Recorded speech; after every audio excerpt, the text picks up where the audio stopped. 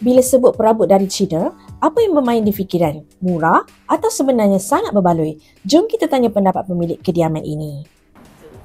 Okey, ramai yang tanyakan dengan saya, kenapa beli perabot dekat China? Kenapa tak beli kat Malaysia je kan? Tentu kan dia beli shipping dan sebagainya. Okey, so saya explain siap-siap. Kenapa saya pilih beli barang kat China? Tentulah pertama sekali adalah harga dia.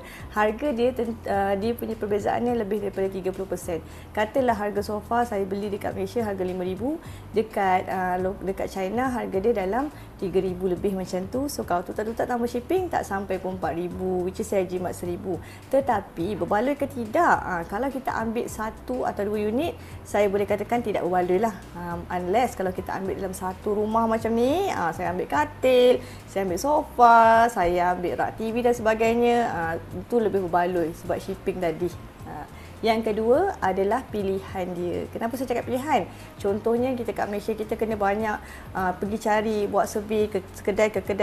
Tapi bila saya kat Posyan China tu, sekali saya masuk, kawasan tu memang satu bandar perabot saja. Tinggal lagi saya pilih nak tema apa.